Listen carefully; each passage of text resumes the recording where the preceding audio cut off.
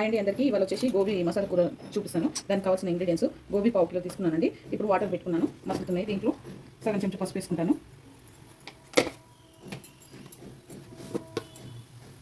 సగం చెంచా సాల్ట్, పావు చెంచా నూనె పూసుకుంటున్నాను. ఇవన్నీ బాగా మసిలినాక ఇది గ్యాస్ బంద్ చేసుకోవాలండి.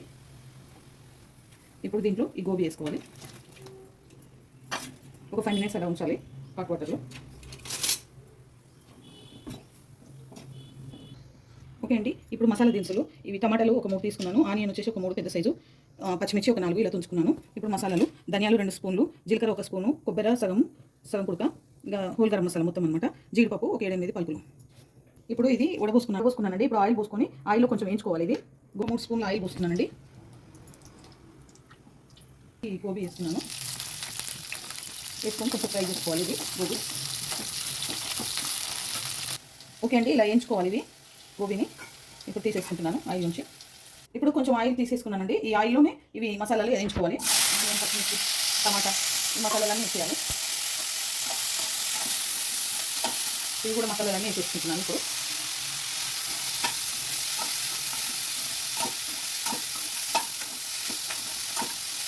ఓకే అండి, ఇది వేయించినాము. ఇప్పుడు ఇది కొంచెం చల్లగా కావాలి, మిక్సీకి వేసుకోవాలి, మెత్తగా పేస్ట్ చేసుకోవాలన్నమాట. ఇదంతా చాలా బాగా అండి. ఇది చల్లారింది, ఇప్పుడు మిక్సీ పట్టుకుంటాను. ఇప్పుడు ఒక 3 పావుల నూనె పోసుకోవాలి. దీంట్లో ఈ కాగబెట్టిన నూనె ఉంది కదండి, అది పోసుకుంటున్నానండి.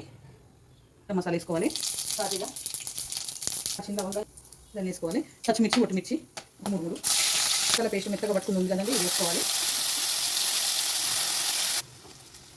పసుపు సగం స్పూను, అల్లం వెల్లిపాయ పేస్ట్ 1 స్పూను వేసి 2 స్పూన్లు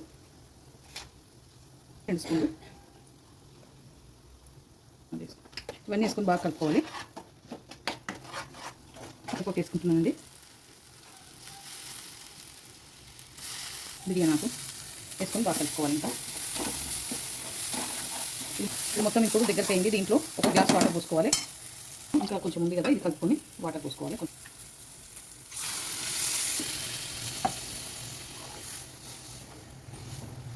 ఓకే అండి, మసాలా ఉడికిపోయింది. ఇప్పుడు దీంట్లో ఇవి వేసేస్తున్నాను. గోబీ వేసేసి కలుపుకోవాలి. కసూరి మేతి కొంచెం తీసుకున్నానండి, కసూరి మేతి వేసేస్తున్నాను. కసూరి మేతి వేసానండి 1 స్పూను. ఇప్పుడు కొత్తిమీర వేస్తున్నాను. ఇది రోటీస్లోకి కానీ, చపాతీలోకి కానీ, పూరీలోకి కానీ, బగారా రైస్లోకి కానీ అన్నింటిలో చాలా బాగుంటుంది. మీరు కూడా ట్రై చేయండి ఇంట్లో. ఎలా ఉందో చెప్పండి. ఇది కలుపుకొని ఒక 5 minutes ఉంచాలి. ఉంచినాక నిమ్మకాయ రసం పోసుకోవాలి. నిమ్మకాయ రసం పోస్తున్నాను. ఇది అయిపోయింది. ఓకే అండి, నిమ్మకాయ రసం పోసాము. ఇప్పుడు అయిపోయింది, రెడీ అయిపోయింది. ఈ వీడియో కనుక నచ్చితే లైక్ చేయండి, షేర్ చేయండి, కామెంట్ చేయండి, సబ్స్క్రైబ్ చేయండి. చాలా బాగుంటుంది, మీరు కూడా ట్రై చేయండి.